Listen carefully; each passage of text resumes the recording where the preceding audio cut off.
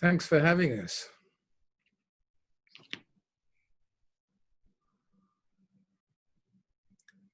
Would you like me to start reading? Yes, please. Okay. I'll just read two paragraphs. They're the first two paragraphs of the book. And it begins like this.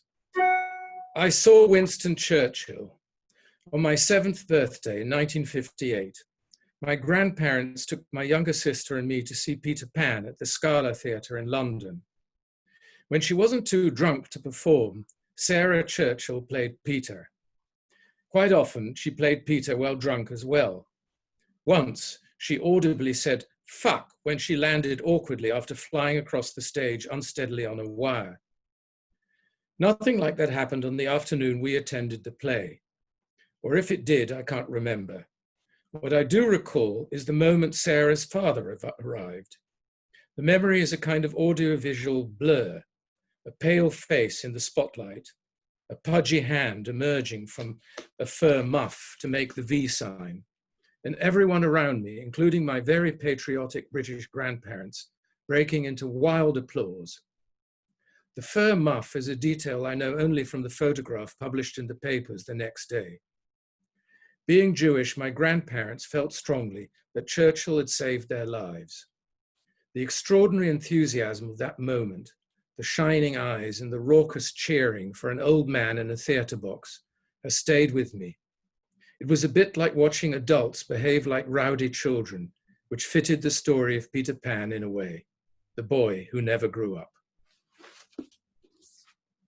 That's that. So should we begin our conversation, Ian? Sure. Right. Well, good evening, everyone. It's a tremendous pleasure to be here. And if anything, an even bigger pleasure to be talking about this great book. As you will have gathered from that too short extract, it's beautifully written. And it's full of wonderful characterizations of politicians on both sides of the Atlantic and great insights. But I suppose, Ian, I wanted to start by really arguing against what I believe. In a sense, you're telling the story in this book of how Britain gets sucked into an increasingly asymmetrical relationship with the United States, how it becomes mesmerized with the Churchill myth, with the great story of the Second World War being a liberating power. And the implication at the end is that this blocks out the possibilities that Britain arguably had to embrace Europe properly. Those possibilities, of course, have been slated in an extreme way by recent events.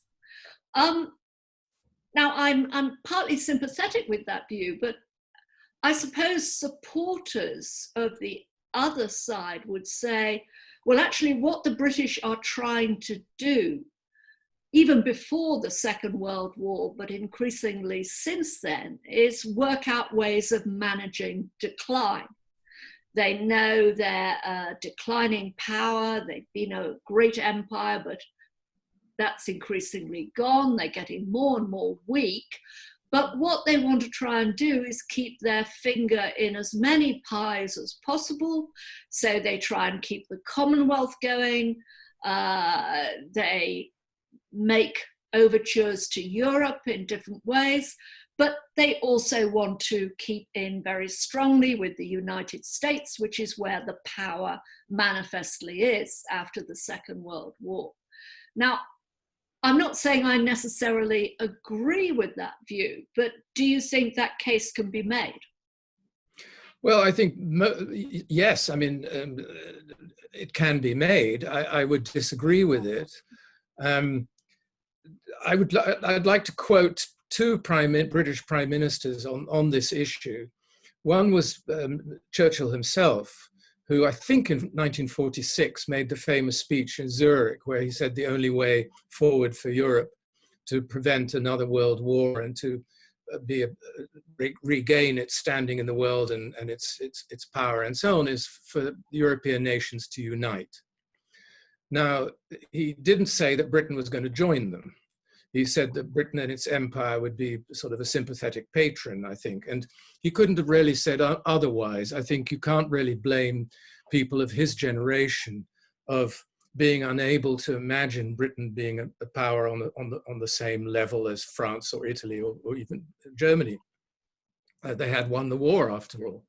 But it was Macmillan who later said in an extraordinary interview which one can see on YouTube with William Buckley, and he says, Britain really was only a major power for about 200 years. And there's no way it can do so remain so on its own. And the only way for Britain to remain a major power in the world is to join Europe. And with it as a leading nation in Europe, it'll have regained the clout that it lost when it lost its empire. And I'm very sympathetic to that argument. But of course, I wrote this book really in the heat of anger and sorrow after Brexit and the election of Donald Trump. So the book will obviously reflect that emotion. Sure. I mean, you know, it is like the fable of the donkey starving between two bundles of hay. You could argue that post-war Britain is stuck between one bundle of hay, Europe, and which it turns away from, and another bundle of hay, the United States, which is increasingly not interested. And so Britain becomes the donkey in the middle, which gets nothing. And I think the isolationism of the current UK is a real problem. You mentioned Macmillan. I think your characterization of Macmillan and your evocation of him in the book is quite a sympathetic one. And I suppose one of the questions I was going to ask you is, which of the many figures that you deal with in this book, both on the British side and on the American side, were the ones that you were particularly drawn to, perhaps surprising yourself in the process? Well, being drawn to, of course, is not finding a political figure in the past attractive is not quite the same thing as admiring them for what they did or thinking they were the greatest. Surely. I think it would have been more fun having dinner with Benjamin Disraeli than it would have been having dinner with Gladstone. But Gladstone was probably the greater prime minister and did more good than Disraeli did. But whom I drawn to, probably Disraeli more than the rather priggish Gladstone. You have to be drawn to Macmillan because of his wit, and he was just an attractive character, more so than Harold Wilson, say, or Tony Blair, or let alone Margaret Thatcher. Was he the greatest prime minister? Perhaps not. And so, if you ask me who I was drawn to, yes, I was drawn to Macmillan. Surprisingly, I was slightly more drawn to Anthony Eden than most people would be today. I mean, I think he was a tragic figure, perfectly placed to be a great prime minister. I mean, he spoke Arabic, he spoke Persian, he spoke very, very good French. He was a true internationalist, a great foreign secretary, and so on. And Churchill just wouldn't let him become prime minister in good time. Churchill hung on for too long. And then Eden fell for one of the main issues that I describe in the book, which is this terror of being like Chamberlain in 1938. And Churchill is a running theme, but so is Munich. And I think that perhaps had an even greater influence on American presidents than it did on British prime ministers. That too many presidents wanted to be like Churchill and were afraid of being appeasers like Chamberlain, and so embarked on very foolish and very costly wars. Now, Eden did the same thing when he went to war with Nasser in Egypt to save the Suez Canal, or at least British control of the Suez Canal. He did so because he thought that Nasser was a kind of Mussolini. He was a fascist, and Britain has learned its lesson in 1938 never to appease fascists. So he did start this very, very ill-advised and for him disastrous war. Nonetheless, he is a rather attractive and in many ways able figure who was probably dealt you can't say somebody being dealt an unfair blow by history, but I think he was himself largely to blame for his downfall. At the same time, I think it was a tragedy. Yeah, well, I mean, Macmillan used to say, didn't it? It's events, dear boy, events, and it was Suez, and there you are. I suppose one of the figures who is still in need, I think, of reclamation, who you do talk about, is Harold Wilson, because Harold Wilson does put his foot down in a way that no other post-war British Prime Minister really does, and refuses to join the Vietnam War. He will not follow the United States onto the battlefield. And I feel that was a really rather astonishing and remarkable decision, given the record of other post-war British Prime Ministers. And because Harold Wilson has this rather scruffy reputation, I don't think he gets all the credit and recognition for that. Yes, I don't know if it was astonishing, because I think Harold Wilson had to contend with the same problem that all more or less moderate leaders of left and center parties do, not least Joe Biden in our own time, which is to hold a party together that has very, very different wings. And the left wing of the Labour Party was quite powerful, and he was always sitting on a fence. I mean, sometimes he was with them and sometimes it was with the more conservative wing, but he had to hold them together.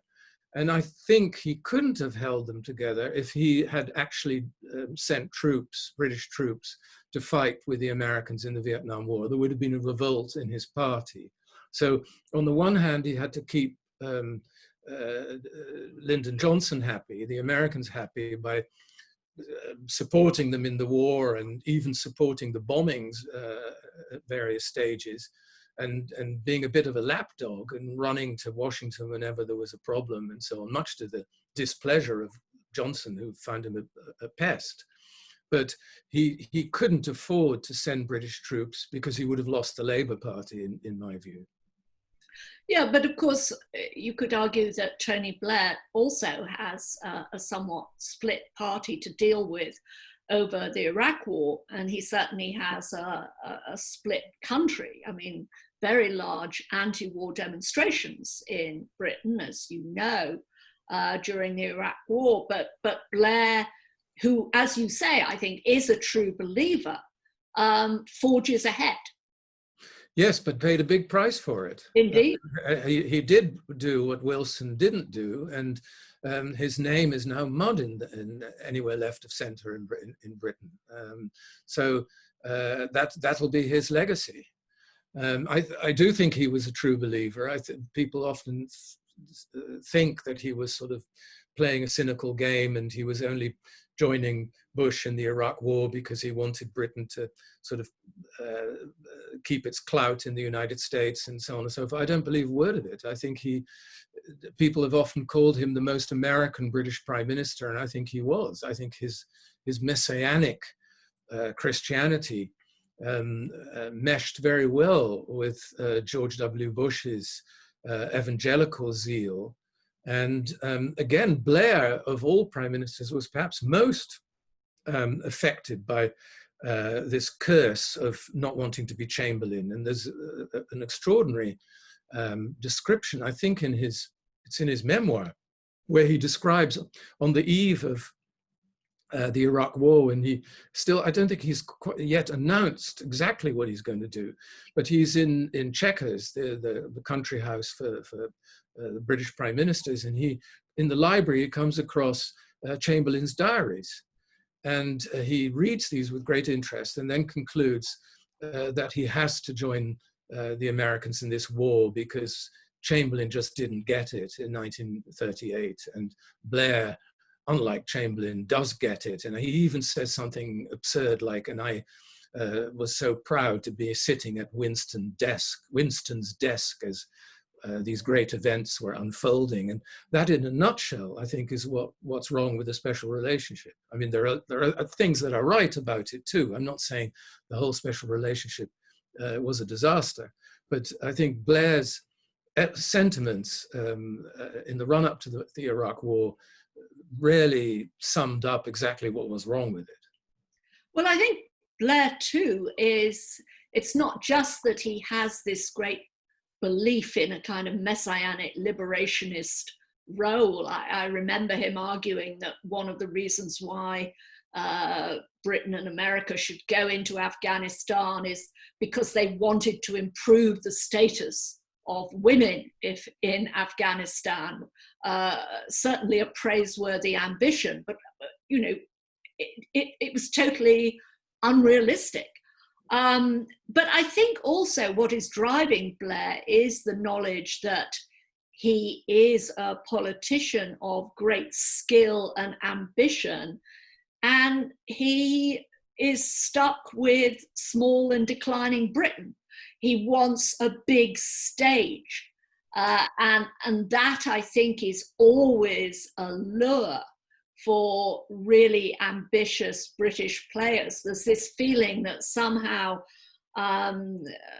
by playing boy wonder to the American Batman, they'll be able to stride the global stage in a way that they can't do on their own. Yes, and it's a fatal lure, I mean, because it leads to self-delusion. I mean, there's another passage, I think, in Blair's memoir where he says, if a European leader were to walk through the high street of Guildford or wherever it is, nobody would recognize them. But British prime ministers are different. And I expect a British prime minister, wherever he appears in Europe, to be immediately recognized and so on. Well, this is the delusion that goes back to Churchill's finest hours, when Britain indeed was looked up to as the great sort of liberating nation and so on. But still to write like that in the 1990s was grotesque. And I think it led Blair very badly astray. Yes. Perhaps we could shift slightly, because your book is not just about, of course, Britain and America. It's also about different European projects since the Second World War. And it was something that I hadn't really seen written so specifically before. And I think it's a very shrewd insight that you suggest that one of the obstacles to the British committing to Europe in the early stages, when they could have taken a leading role, was that so many of the continental European activists, the pushers of the European project, were Catholics. And of course, the British, like also the Americans in the past, had a strong anti-Catholic tradition.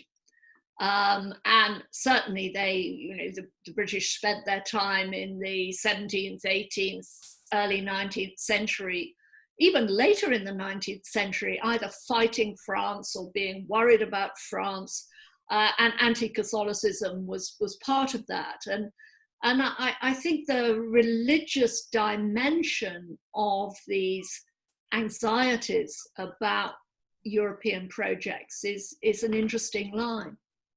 Yes, I mean, the fathers of the European project, first the coal and steel community and then the European economic community, were almost all Catholics. And I think there is an argument, and they were seen in Britain by some people as a kind of popish cabal that was sort of trying to force European nations into a sort of new Holy Roman Empire. And there is a kernel of truth to this. I think it is true that Catholics do, perhaps more than Protestants, have a peculiar kind of internationalist notion, since it is in their history. And some of the most fervent pro-European British politicians, I'm thinking of Chris Patten, for example, were Roman Catholics. On the other hand, some of the most anti-European politicians, I think Bill Cash, a colossal bore in Parliament who's been banging on about Europe for decades, is also a Catholic. And Charles Moore, the journalist and biographer of Margaret Thatcher, certainly a Catholic. well, he's worse. He's a sort of a Catholic convert and has all the zeal of the convert. I think he converted because he was against the fact that in the Anglican Church, they finally accepted women priests, and this was for him a step too far. So he had to join the Church of Rome. But there's another religious element in this, which I think plays a part, which is that on the one hand, you have that Catholic background of European unification. There is in Britain and America a long tradition, which is very Protestant, which is the notion of the Anglo-Saxon nations having a mission to spread liberty in the world, and that the Anglo-Saxons have a special relationship to political liberty and so on, and it's them, and the Americans have this just as much as the British, and it's sometimes people believe in this quite honestly. At other stages in history, it was of course used as an excuse for expansionism, but it's quite strong, and it has a kind of missionary aspect to it, which I would say is more Protestant than Catholic. Again, there are good and bad sides to it. The commitment to human rights and so on is obviously a good side of this old secularized Christian missionary notion. It also could be rather racist. It certainly furnished arguments to continue for the empire. And sometimes the Anglo-Saxons allowed the Germans to be part of this notion, the Teutonic races, yes, who also had this special ancient liberties that they fought for against the Romans and all that nonsense. But I do entirely agree with your point that religion plays a part in this story that's often overlooked. Yes, well, of course, the Germans often are regarded as sort of honorary Anglo-Saxons, partly because there is the Saxon element and myth there. Also, there's often the sense you can see Germany as a partially Protestant power, and you forget the Catholic segments of it. So there's a lot of myth making. And I suppose I wanted to pick up on this sense of the sense of providential mission, which, as you say, spans the Atlantic and has or had originally a Protestant element in it on both sides. At one level, this book is about an increasingly asymmetrical relationship between Britain and the United States. But I wonder if we turn the light to the United States, do you think there's a degree to which the United States also suffers from, if you like, the curse of being special, or the curse of seeing itself as special? And being even more controversial, since I'm a guest in the Great Republic, is there a degree, do you think, to which, I mean, the height, the zenith of American power has arguably passed, because we have the growing spectre of China, possibly the rise of other Asian powers. We have certainly the post-war situation when there was really just two great powers, Russia which wasn't as rich, the United States, that world, that binary world has gone. It's a much more complex situation. The United States faces a wider set of threats and challenges now. And I wonder whether, of course, it's infinitely more powerful than Britain, but the United States too has to manage, if not decline, but certainly an element of adaptation. And I wonder if you think that the curse of being special, the curse of feeling that you have a uniquely special role in the world, that this is something that the United States is going to be grappling with, is perhaps already grappling with now. I think it is already grappling with it, and I think it's in a weaker position than it could have been, partly because it has been a curse. And by that curse, I mean this notion that US presidents have to be Winston Churchill and spread democracy and freedom around the world with military force and that kind of thing, which got them involved in wars like Vietnam and in Iraq and so on, which I think in the end have weakened the United States. But I think if you look at American history, you see a lot of oscillation between tendencies towards isolation and sort of closing the country off from the rest of the world and not wanting to be bothered. Yep. And this mission of being the city on the hill and spreading democracy and using its power to do so. And I think the Iraq War is one of the reasons why we're now stuck with Donald Trump, because Trump has gone back to the worst kind of isolationism of the 1930s and Lindbergh and America First and that kind of thing, which many of the people then were much more sympathetic to Nazi Germany than they were to Britain.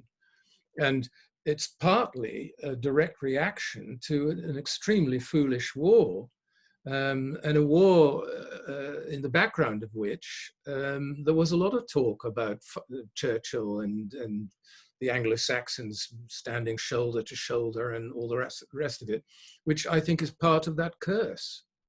But the rise of China probably would have happened anyway. So I don't think that is, you can't blame anybody. It's China for most of human history has been a great power. So that was probably, I mean, nothing is inevitable, but I mean, that's something the world has to deal with. But one just wishes that the Western world and the United States in particular were somewhat better equipped and somewhat better led now that we are faced with this challenge from a very successful and very wealthy dictatorship. Yes, I mean, you could argue in the longue durée that we are just reverting to the kind of world that existed in the 16th and the 17th and the early 18th century, when the great Asian powers were, by some criteria, much more powerful than the Western European powers. And, you know, what we're getting is a return to Asian influence in the world. Which is intriguing. I suppose before we seek out comments and questions, we might want to come back. I mean, your title concerns Churchill, the Churchill complex, the Churchill legacy. My sense is that Winston Churchill has become more of a cult figure now over here in the United States than he is in Britain. I know that Boris Johnson, the current British Prime Minister, writes about Churchill, but I don't think that there's much of a popular cult of Churchill in Britain. Whereas what's happened here is that Churchill, who was a complex man as well as a remarkable man, he's been taken up by the Republican right in a way that, you know, he's been reinterpreted in a certain way, whereas Churchill himself was a far more ambivalent figure. Before the Second World War, Churchill is occasionally quite anti-American. His wife, Clementine Churchill, actually writes to him in 1929 and says, "You're not going to get high office because people know that you're too hostile to the United States." And when he's younger, as a young soldier, we know that Churchill actually says, "Well, I wonder if I'm going to have to fight in a war against America." So he changes his viewpoint on world politics, on the powers, on America at different stages of his career. But I think it's rather interesting the way that how the cult of Churchill has changed over time and how he has been reinterpreted by sections of the American right. Well, not just the American right. I do think he's been more of a cult in the United States than he was in Britain after the war. Yes. Because don't forget, it was well, you don't need to forget because you know it, but the Democrats were usually much more eager to in this mission to spread freedom and democracy around the world and so on than the Republicans, who were more interested in doing business. And JFK, for example, was a huge Churchill admirer, and I think saw himself slightly in that role when he wasn't fantasizing about being James Bond, which I think is probably was a stronger influence on him. But the Democrats have had this just as much as the Republicans. But I agree that in recent years it's been more of a Republican thing. And Churchill's become the kind of the bulldog face of self-regarding notions of America standing up against tyrants and all the rest of it.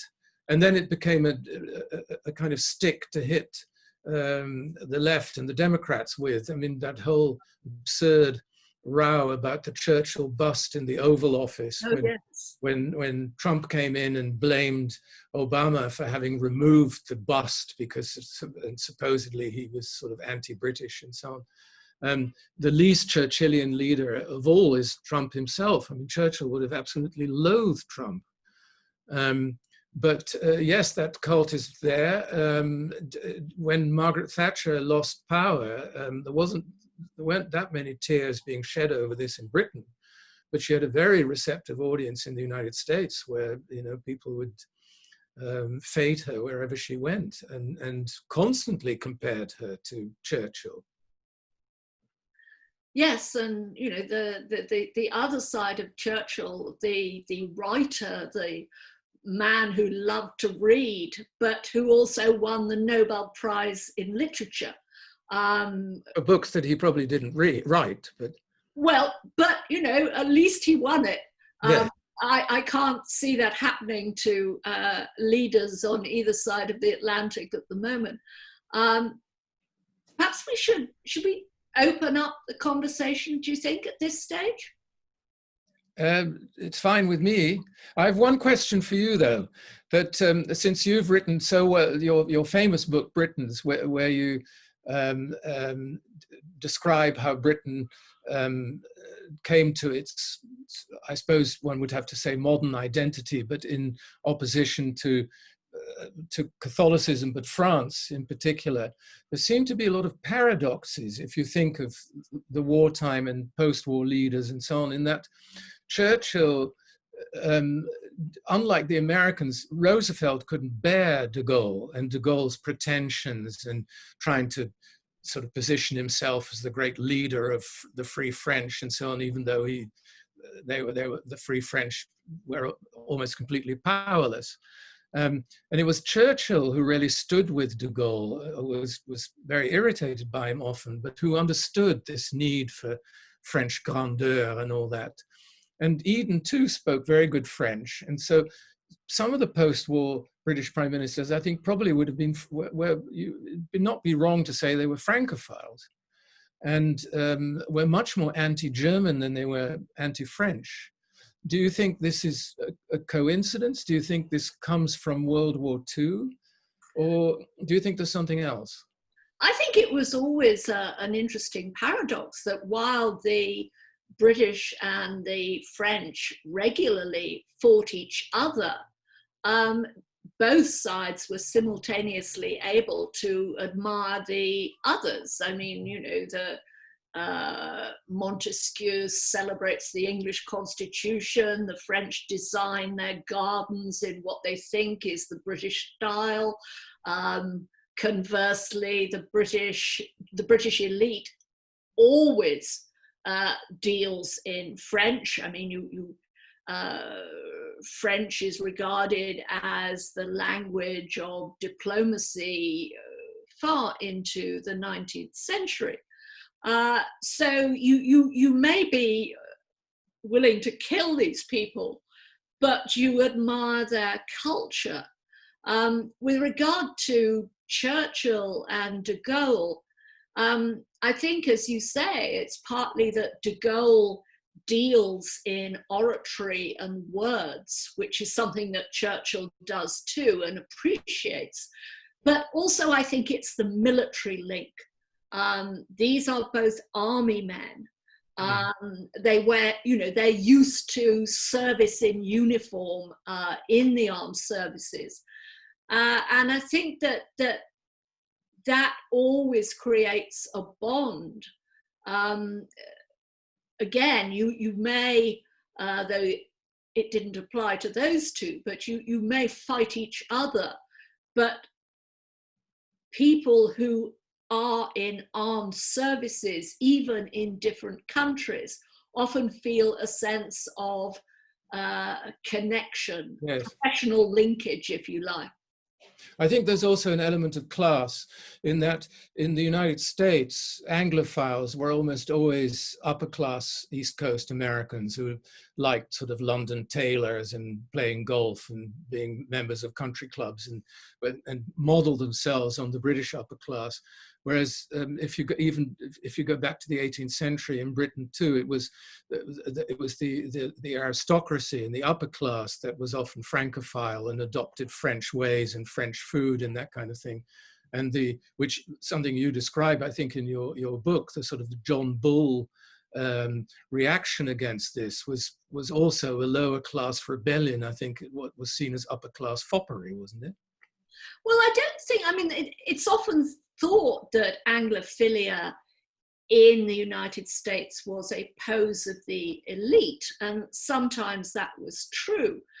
But I think it's much more ambivalent than that. I mean, one of the things we haven't talked about in regard to the transatlantic relationship is the role of popular culture, music, literature, the language, and I think the literary connections are very important in cultivating a kind of Anglophilia, a kind of connection with Britain. I know that struck me when I was fairly new here and I visited Baylor University in Texas, and which is a rather unusual campus. But in the middle of this Texas fairly right-wing university is a shrine to the poets Elizabeth and Robert Browning, set up by a Texan who had collected their works. And it's the most concentrated collection of Browning literary manuscripts in the world, and there it is in the middle of Texas. And you know, this was created by a rich guy, but he certainly wasn't a conventional elite figure, and he obviously wasn't East Coast. So I think these strands of Anglophilia or Britophilia even in the United States are more complex, just as I think that the connections across the Atlantic now are partly based on popular music, on films, on all kinds of online cultural programs. Yes, no, I agree. I totally agree. So that is probably a moment to ask other people to pitch in. Hi, I'm here again to ask questions from the chat. So please, if you're in the audience and you have a question, please write in your question. We already have a couple though, so don't go anywhere, Ian. Not going anywhere. Colleen asks, what do you think Churchill would have made of Brexit? Who's the question for? For me? Well, that's hard to say because he was. It's so difficult to say what somebody would have thought in a time when things were happening that he wouldn't have been able to imagine. But I cannot imagine he would have thought it would be a good thing for Britain to cut off its ties with the European Union in the way that they did. I think he would have been he was too sensible for that, and he understood power too well. So I find it hard to believe he would have approved of it, even though the people who are most vociferous in arguing for it were often invoking his name. But Linda may have a different view.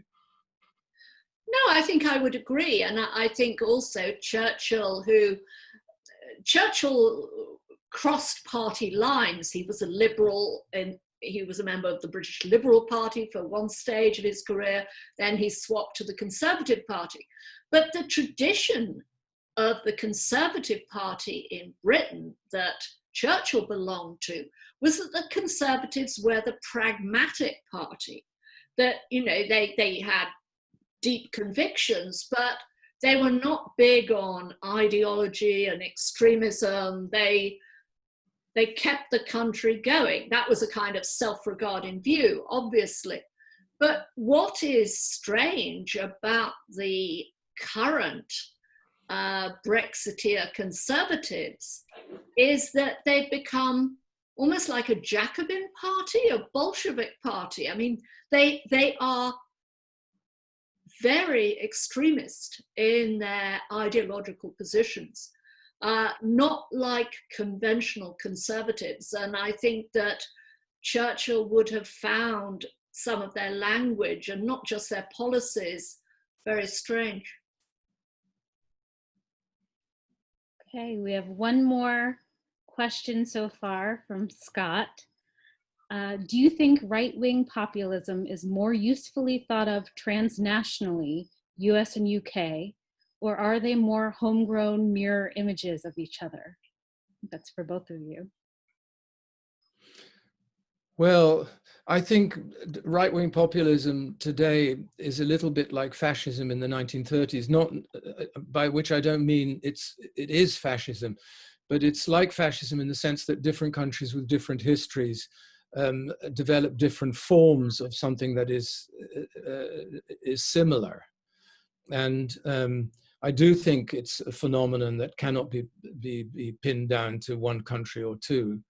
And the reasons for it are analogous, I think, in many different countries. But I think each country has a particular version. In America, inevitably, it involves race more than it does in most European countries, even though it plays a part there, especially when Europeans have to consider their own colonial history and that sort of thing. But it's not quite as dominant in the discussion as it is in the United States, and probably in Europe, class plays more of a role. In my view, I wish Americans would speak a bit more about class too. I mean, there's this tendency to pretend that it doesn't exist, but of course it does. Yes, I think that, of course, populist authoritarianism, because it is not just right-wing, it is authoritarianism, I think, that is occurring in lots of countries at the moment, including the United States, including the UK. Everything is different in different countries, but there are similarities and linkages.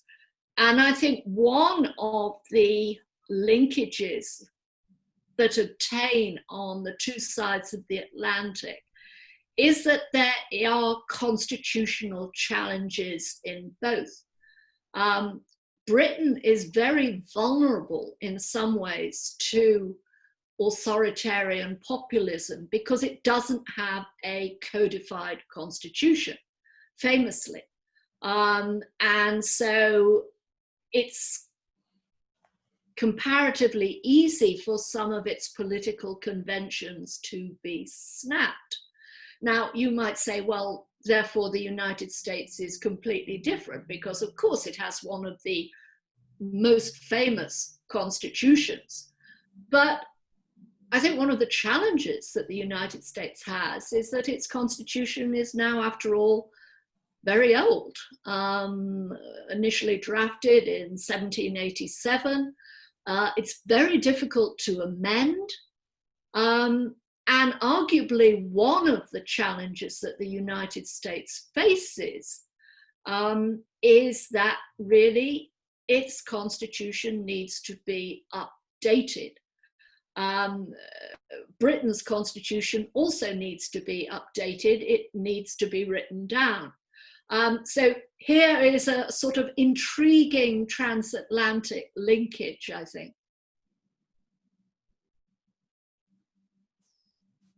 That looks like the end of audience questions. I see five. I see the number 5 on chat. I don't know what that means. 5. Means there are 5 messages he hasn't read. Oh, there are 5 messages you haven't read, I think. I think here's one. This is from Ishrat. Churchill as a statesman is lionized in the Western canon. In India, we remember him more for calling Mahatma Gandhi a half-naked fakir and presiding over the Bengal famine.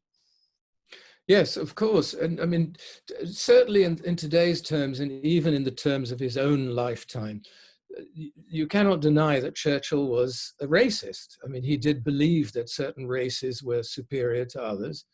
And he had very little time for the Indians, especially, I think, because the Indians refused to be docile. I think he was very, he really didn't like people like Gandhi and Nehru and so on, because they stood up to the British Empire. And it was one of the bones of contention between him and Roosevelt. And when Roosevelt and Churchill in 1941 drew up the Atlantic Charter, which was the sort of informal blueprint for what they thought the post-war world should look like. Roosevelt wanted people to have the right to national independence. And Churchill very quickly saw that this was a danger, because he certainly did not want Indians or other colonial subjects to have the right to have national independence. And Roosevelt, who was no fan of the British Empire at all, really disagreed, but compromised with Churchill because the wartime alliance, which didn't exist formally yet, but informally it did, was more important. But this continued to be a source of argument between the two. And it was certainly Churchill's blind spot. He didn't have much time for what he called Chinamen either.